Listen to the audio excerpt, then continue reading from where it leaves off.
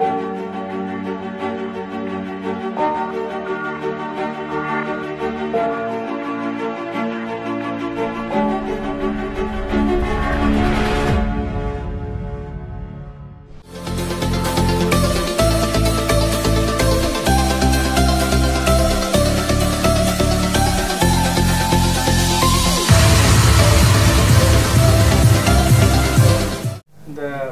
தேதி வர வெள்ளிக்கிழமை அன்னைக்கு இந்த படத்தோட ரிலீஸ் இருக்கு.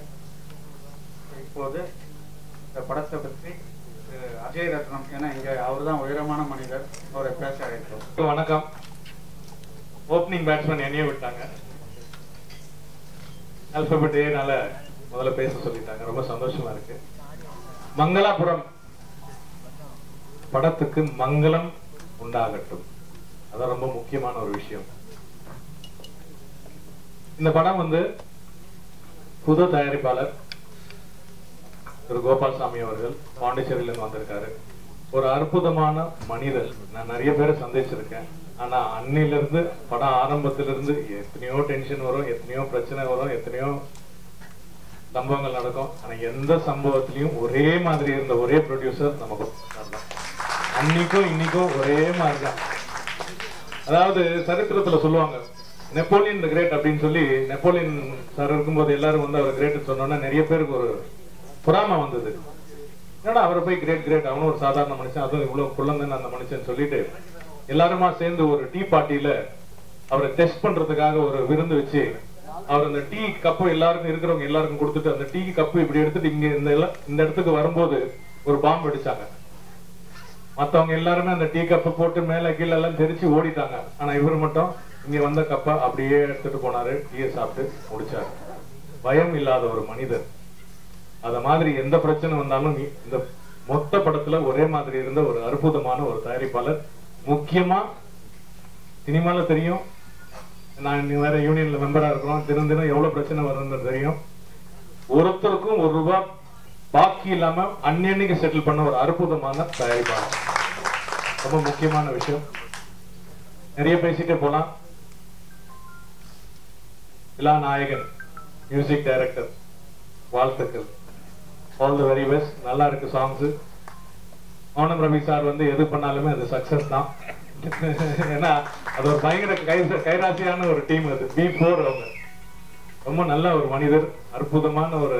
எப்பவுமே வந்து பாத்தீங்கன்னா இவர்கிட்ட எனக்கு ரொம்ப பிடிச்சது, எங்க மூத்த பையன் கல்யாணத்துக்கு அப்ப எனக்கு எல்லாமே செஞ்சது ரவி அண்ணா தான். எங்க குடும்பத்துல ஒருத்தர் மௌனம் ரவி சார். அவர் எப்படின்னா எல்லாரையும் கீழே இருக்கிறவங்க வந்து மேல தூக்கி விடுறது தான் அவரோட வேலை. உண்மையிலேயே எல்லாரும் வந்து ஜோர அவர் கை தட்டலாம். அவருக்கு ரொம்ப நல்ல மனிதர். எந்த சினிமாக்கு கிடைக்காத ஒரு அற்புதமான விஷயம் இந்த சினிமா கிடைச்சது என்னன்னா, தயாரிப்பாளரும் கோபால் சார், இயக்குனரும் கோபால் சார். ரெண்டு கோபாலுக்கும் வாழ்த்துக்கள். இது ஒரு வந்து சக்சஸ் ஃபார்முலா தான். கோபால் சார் வந்து அற்புதமா கதையை சொல்லியிருக்காரு. அங்க ஒவ்வொரு டைரக்டர் வந்து ஒரு கற்பனை எடுப்பாங்க, அதை வந்து ஒரு படமாக்குவாங்க. இந்த படத்துல வந்து அவர் என்ன சொல்லணும்னு நினைச்சாரோ அதை ரொம்ப தெளிவா சொல்லி இருக்கிறாரு. நான் வந்து ஹீரோட 2 ஹீரோஸ், அந்த 2 ஹீரோஸுமே என்னோட என் பையன், ரொம்ப பசங்க, ரொம்ப சந்தோஷமா இருக்கு. 2 பேரும் என் மகனுங்க. அந்த கதையில அவர் என்ன சொல்ல வந்தாரோ ரொம்ப கிளியரா இருந்தார். அதுதான் ரொம்ப முக்கியமான ஒரு விஷயம். ஒரு இயக்குனர் பாயிண்ட் ஆஃப் வியூல அந்த கிளாரிட்டி வேணும். அந்த கிளாரிட்டி வந்து டைரக்டர் கோபால் சார் கிட்ட இருந்தது. நான் எனக்கு அதுல கத்துக்கிட்ட விஷயம் என்னன்னா, ஒரு குடும்பம், ஒரு ஜமீன்தாரோட கதை, அந்த குடும்பத்துல நடந்த சம்பவம் என்னன்னா, ஒரு சந்தேகம் அந்த குடும்பத்துல வரும்போது அந்த குடும்பமே சன்னாபின்னமாயிருது. ஒரு ஷாட் கூட பாத்தீங்க இல்லையா, இந்த புள்ள வந்து ஒரு ஷாட்ல வந்து அந்த சாங் வந்து அவ்வளவு க்ளோஸா இருக்கும்போது இன்னொரு இடத்துல வந்து படத்தை தூக்கி வீசி போட்டு இந்த படம் எப்படி வீட்டுக்குள்ள வந்துச்சுன்னு அவர் கோவப்படுறாரு. சோ ஒரு சந்தேகம் வந்தா எப்பேற்பட்ட குடும்பம் வந்தாலும் தெருவுக்கு வந்துருவாங்கன்றது ஒரு நல்ல ஒரு பாயிண்ட் சொல்லியிருக்காரு. இது ஒரு விஷயம் எனக்கு பிடிச்சது. 2வது, ஒரு வாழ்க்கையில ரொம்ப மனிதனுக்கு முக்கியமான விஷயம் என்னன்னா நம்பிக்கை. அந்த நம்பிக்கை வேணும். நம்பிக்கை இருந்தால் வாழ்க்கையில எதை வேணாலும் சாதிக்கலாம். அந்த ஒரு கருத்து இருக்கு. எல்லாத்துக்கும் மேல இன்னைக்கு எல்லாம் ட்ரெண்டா எல்லாமே ஒரு பேய் அப்படி ஒரு போயிட்டு இருக்குது. இந்த பேய்க்கு எனக்கு ஒரு பெரிய சம்பந்தம் இருக்கு. என்னோட முதல் படம் வந்து நாளைய மனிதன்.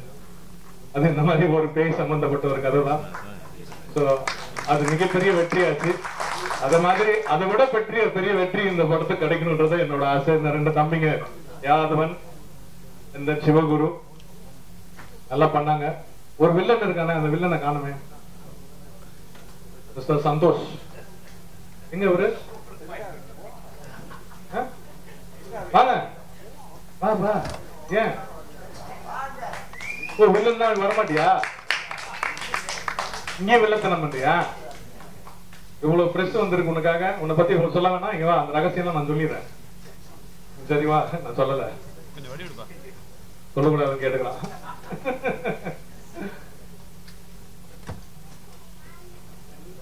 சீக்கிரம் வா தம்பி. சாப்பிட்டு சாப்பிட்டு இன்னும் குண்டாயிட்டா. அன்னைக்கே சொன்னேன் ரொம்ப குண்டாக்குற ஒல்லியாவன்னு. அது மட்டும் கேட்காத. தம்பி தான் வந்து ரொம்ப நல்லவன். ஆமா, இதான் இப்படியே சிரிச்சுட்டே வந்து எல்லாரும் கழுத்து அறுத்துருவான் இவன். அவ்வளோ நல்லவன். வாழ்த்துக்கள் வில்லன். பேர் மட்டும் சந்தோஷ். அவர் மட்டும் தான் சந்தோஷமா இருப்பார். நல்லா பண்ணியிருக்கான். This beautiful heroine, very nice girl. I mean touch. அன்னைக்கு வந்து அன்னிலிருந்து இன்னி வரைக்கும் இந்த குழந்தை கூட நான் டச்ல இருக்கிறேன். யாதவன் கூட என் கூட ஃப்ரெண்ட்ல லிஸ்ட்ல இருக்காரு. நாங்கள் டச்ல இருக்கிறோம். ரொம்ப சந்தோஷமா இருக்கு. இது ஒரு குடும்பம், ஒரு ஃபேமிலி. இந்த குடும்பம் வந்து மங்களாபுரம்ன்றது எங்களோட ஒரு ஃபேமிலி.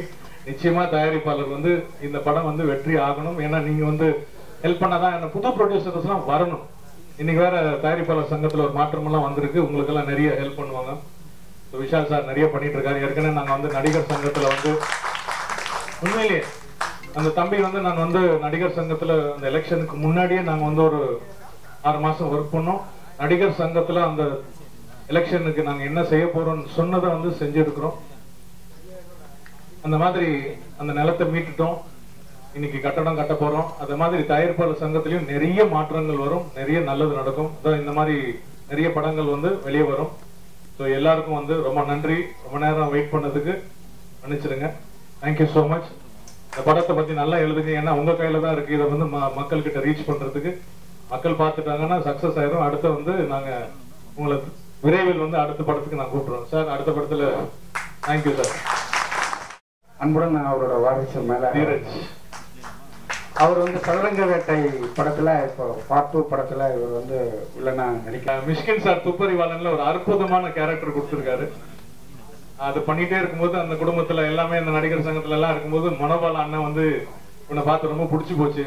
சூப்பர் ரோல் இருக்குடா சொல்லிட்டு டைரக்டர் போய் நிர்மல் சாருக்கு ஆபீஸ்ல பார்க்க சொன்னார். நிர்மல் சார் பார்த்த உடனே அப்படி பார்த்தாரு நிர்மல் சார்.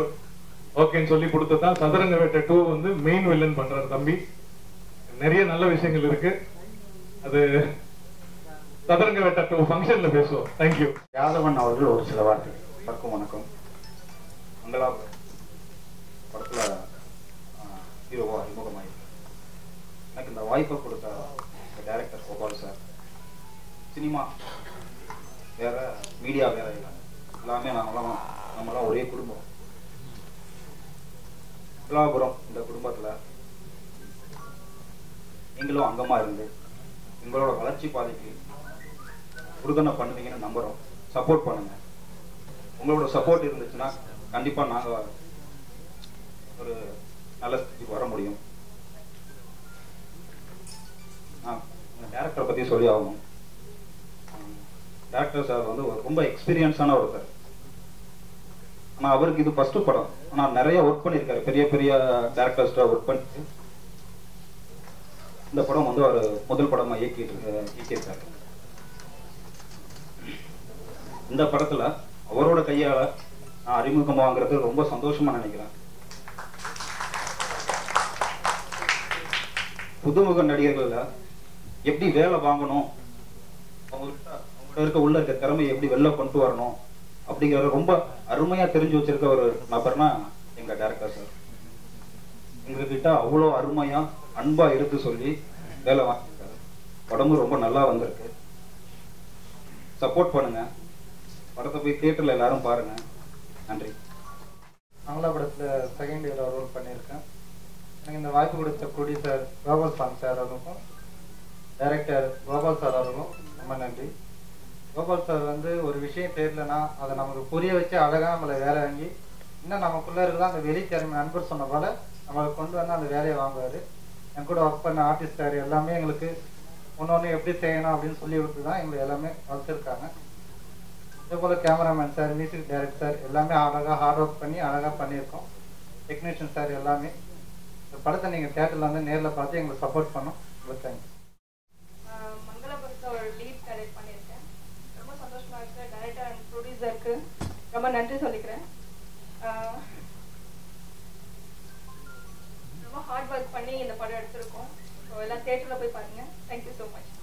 ரொம்ப நன்றிமா. அடுத்ததாக இந்த இசை நாயகன் திரு கார்த்திகேயன் மூர்த்தி அவர்களை பேச. ஆக்சுவலாக இந்த படத்துக்கு மியூசிக் அப்படிங்கிறது மெட்ராஸ் டியூன்ஸை ரெப்ரசென்ட் பண்ணி நான் வந்திருக்கேன். நான் மெட்ராஸ் டியூன்ஸோட மேனேஜிங் பார்ட்னர். முன்னாடியே இங்கே இருக்கிற எல்லா பத்திரிகை நண்பர்களுக்கும் சொல்லியிருக்கேன் இந்த விஷயத்தை பற்றி. இது ஒரு புது எக்ஸ்பெரிமெண்ட் அப்படிதான் பண்ணோம். இது கலாஜித் டைலாக் சொன்னோம்னா நான் தனியாக இல்லை, எனக்கு பின்னாடி ஒரு ஊரே இருக்கு, அந்த மாதிரி தான். கிட்டத்தட்ட ஒரு 10 கம்போசர் சேர்ந்து பண்ணியிருக்காங்க.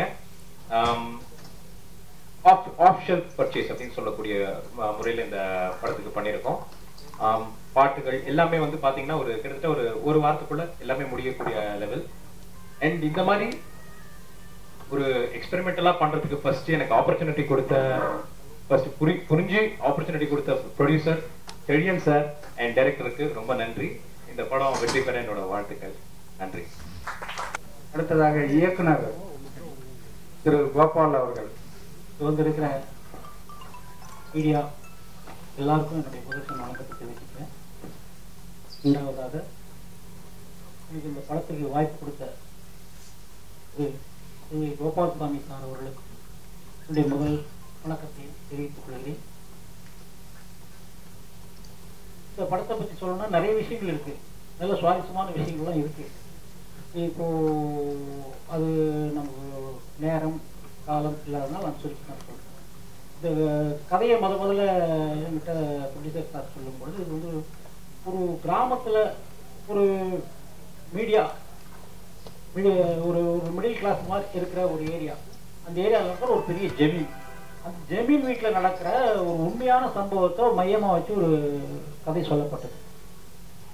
சரி, இந்த உண்மையான சம்பவம் வந்து கதையை நம்ம வந்து சினிமாவில் சொல்லணும் அப்படின்னு சொன்னோம்னா அந்த உண்மையான சம்பவத்தை டக்குனு ஆடியன்ஸ் சேர்த்துக்க மாட்டாங்க. அப்படியே நம்ம கதையாக சொன்னோம்னா நம்ம 2 மணி நேரம் படத்துக்கு வேண்டிய கமர்ஷியல் ஐட்டங்களும் யதார்த்தமும் சில இக்கி விஷயங்கள்லாம் எல்லாம் வச்சா ஒரு 2 மணி நேரம் படத்தை கொண்டாந்து அந்த அடிப்படையில் அதுக்கு ஒரு ஸ்க்ரீன் பிளே பண்ணி அதுக்கு எந்தெந்த சிச்சுவேஷனில் எந்த சீக்வன்ஸில் சாங் கொண்டாந்தா நல்லா இருக்கும், எந்தெந்த இடத்துல காமெடியில் கொண்டாந்தா நல்லா இருக்கும், எதை மாதிரி இடத்துல வந்து எஃபெக்டை கொண்டாந்தா நல்லா இருக்கும்னு சொல்லி பேப்பர் வைத்து நான் எல்லாமே நோட் பண்ணி பின் பாயிண்ட்ல தான் நான் ஷூட்டிங்கே போனேன். எல்லாம் அங்கே போன பிறகு நான் நிறைய படங்கள் ஒர்க் பண்ணியிருக்கேன். எக்ஸிக்யூட்டிவ் டைரக்டர் ஒர்க் பண்ணியிருக்கேன், அசோசியேட் டைரக்டர் ஒர்க் பண்ணி, அசிஸ்டன்ட் டைரக்டர், கிளாப்பஸ் எல்லாம் கிட்டத்தட்ட ஒரு 15 வருஷமா நான் ஒர்க் பண்ணியிருக்கேன். எல்லா அனுபவம் சேர்ந்து என்ன தவறுகள் நிறைய செய்யக்கூடாதுங்கிறத வந்து பின் பாயிண்டை நான் தெரிஞ்சு வச்சிருந்தேன். அதனால தான் பேப்பர் ஒர்க்கில் பர்ஃபெக்டாக அந்த எல்லாத்தையும் ஏற்றிட்டு ஷூட்டிங் போனேன். தயாரிப்பாளர் சொன்ன டேட்டு தகுந்த மாதிரி அந்த கரெக்ட் ஷெட்யூல் போட்டு அந்த கரெக்டாக அந்த டேட்டுக்கு மேனேஜர் கேட்டுக்கொண்டதன் பேரிலையும் தயாரிப்பாளர் கேட்டுக்கொண்டதன் பேரிலையும் எந்த வித இதுவும் இல்லாமல் அந்த படத்தை முடித்தேன். இந்த படத்தில் வந்து ஒரு மேஜர் கேரக்டர் வந்து மிஸ்டர் அஜயரத்னம் சார் பண்ணியிருப்பார். இந்த கேரக்டருக்கு ஒரு ஃபாதர் கேரக்டர். அது நான் ஒரு திடீர்னு இமீடியட்டாக எந்த கேரக்டர் போடலாம், இது வந்து ஒரு ஜெமீன் கேரக்டர், எனக்கு ஜெகஜாண்டிக்காக இருக்கணும். நான் சில கேரக்டர்ஸ் எல்லாம் மைண்டில் செட் பண்ணி பார்க்கும்போது எனக்கு யாருமே மைண்டில் செட் ஆகவே இல்லை. ஏன்னா அந்த கதையில் வர அந்த சீக்வன்ஸு டைலாக்லாம் அது மாதிரி இருக்கும். அப்புறம் மேனேஜர் சார் சொன்னார், சார் அஜய் ரத்னம் சார், சரி பார்ப்போம் சார். ஏன்னா எனக்கு அவர் சொன்ன உடனே 50% மைண்டில் விழுந்துருச்சு. நேராக நான் வீட்டில் போயிட்டு ஃபர்ஸ்ட் அவர் இம்ப்ரெஸ் எதிர்க்க பார்க்குறேன். பார்த்த உடனே அப்படியே 100% இம்ப்ரெஸ் ஆச்சு. ஏன்னா நான் என்ன நினைச்சேனோ அது அப்படியே அந்த கெட்டப்லேயே அவர் வெளியில் வந்து நின்னாரு. அந்த அழகான தாடி, அந்த உயரம், அந்த சிரிப்பு எனக்கு அப்படியே இம்ப்ரெஸ் ஆச்சு. உடனே அவர் சார் கமிட் பண்ணேன். நான் என்ன நினைச்சேனோ அதுக்கு மேலே அந்த சீன்ஸ் எல்லாம் நடித்து எனக்கு பர்ஃபெக்டாக பண்ணி கொடுத்தாரு. அதே மாதிரி இந்த படத்தில் நடித்த மிஸ்டர் ஹீரோ யாதவன் அவர் வந்து என்ன சொன்னாலும் டக்குன்னு புரிஞ்சுப்பார். ஆனால் என்னதான் ஸ்டார்ட் ஆக்ஷன் அப்படின்னும் போது எப்படி அப்புறம் கொஞ்சம் ஃபர்ஸ்ட்ல ஒரு கொஞ்சம் புதுசாக பண்ணுறவங்க இருந்தாலும் அவரையும் தட்டி கொடுத்து அது அது அது எனக்கு ஃப்ரேமில் வர வரைக்கும் அந்த ஷாட் நான் விட மாட்டேன். அது கடைசி வரைக்கும் கொண்டாந்து அவங்களையும் யாரையும் மூஞ்ச தப்பாகவும் பேசாமல் சில பேர் தான் டேரக்டர் அப்படின்ட்டு ஏன் நடிக்கிறேன் சரியா அப்படின்லாம் சொல்லுவாங்க. அதெல்லாம் இல்லாமல் ஏன்னா நான் கற்றுக்கிட்ட பாடங்கள் எப்படி சொன்னால் ஒரு ஆர்டிஸ்ட் பர்ஃபார்மன்ஸ் வாங்க முடியுங்கிறது நான் ரொம்ப அழகாக தெரிஞ்சு வச்சுக்கிறேன். அதே மாதிரி அந்த படத்தில் நடித்த சின்ன குழந்தைங்க 2 இருக்கு, அதுங்ககிட்டையும் எப்படி நான் பர்ஃபார்மன்ஸ் வாங்கணும் அதே மாதிரி குழந்தை போல எல்லா ஆர்டிஸ்ட்கிட்டையும் வாங்கினேன். இப்போ இங்கே சந்தோஷம் சொல்லி ஒரு கேரக்டர் பார்த்துருப்பீங்க, வில்லன் கேரக்டர். நீங்க பார்த்தீங்கன்னா கூட இவர் இப்படி இருக்கிறாரு, இவர் எப்படி வில்லனா, அதுதான் ஒரு படைப்பாளியா இருந்து நம்ம பண்ணும் பொழுது எப்படிப்பட்ட கதாபாத்திரத்தையும் தன்னால் உருவாக்க முடியும் நினைக்கிறோம் தான் படைப்பாளி. நீங்க எதுக்கு நீங்க பார்க்கும்போது சாதாரணமா இருக்கிறோம், ஸ்கிரீன்ல பார்க்கும்போது எல்லாம் சொன்னாங்க இந்த கேரக்டரா இப்படி பண்ணுது அப்படின்னு. அவ்வளவு டிபிக்கலா நான் அந்த கேரக்டர் கொண்டா. அதே மாதிரி வேலுசாமின்னு ஒரு கேரக்டர், ஏன்னா ஒரு இமேஜ் இருக்கிற ஆர்டிஸ்ட போட்டாலும் கூட அந்த இமேஜ்ல பார்ப்பாங்க. இப்ப அப்படி கேட்டீங்கன்னா அஜயரத்னம் சார் தான் இமேஜ் ஆர்டிஸ்ட். சில கேரக்டர்ஸ் சிலரை போட்டால் தான் எடுக்கணும். சில கேரக்டர்ஸ் வந்து ஒரு நியூ ஃபேஸை போட்டு அந்த ஒரு கேரக்டரோட பார்க்க வச்சாதான் அது ஆடியன்ஸ் இம்ப்ரெஸ் ஆகும். இது மாதிரி பல விஷயங்கள் படத்துல இருக்கு. அது என் அனுபவத்தில் நான் தெரிஞ்சுக்கிட்டதுனால நான் அதை பண்ணேன். அதே மாதிரி அந்த வேலுசாமி கேரக்டர் ரொம்ப அழகா பெர்ஃபார்மன்ஸ் அந்த கேரக்டரோட ஒட்டி பார்ப்பாங்க, அவருக்கும் பண்ணேன். அதே மாதிரி காயத்ரி அவர்கள் வந்து வேற ஷூட்டிங்ல இருந்தனால வர முடியல. அவங்க ஃபர்ஸ்ட் ஒரு ஷாட் சொன்ன உடனே அடுத்து டேக் தான், அது ஒன் முறை கிடையாது. அதை மாதிரி பண்ணி கொடுத்தாங்க, அவங்களுக்கும் ஒரு நன்றி தெரிவிச்சுக்கிறேன். அடுத்தது கமலி அவர்கள் நல்ல ஜோவியலா நல்லா சந்தோஷமா எந்த நேரம் சிரிச்ச முகத்தோட எந்த சீன் சொன்னாலும் அதை அப்படியே அப்சர்வ் பண்ணி அழகா பண்ணி கொடுத்து இந்த படத்துல எல்லா சீன்ஸ்லயும் ஒரு முத்திரையை பதிச்சிருக்காங்க, இதுதான் நான் சொல்ல முடியும்.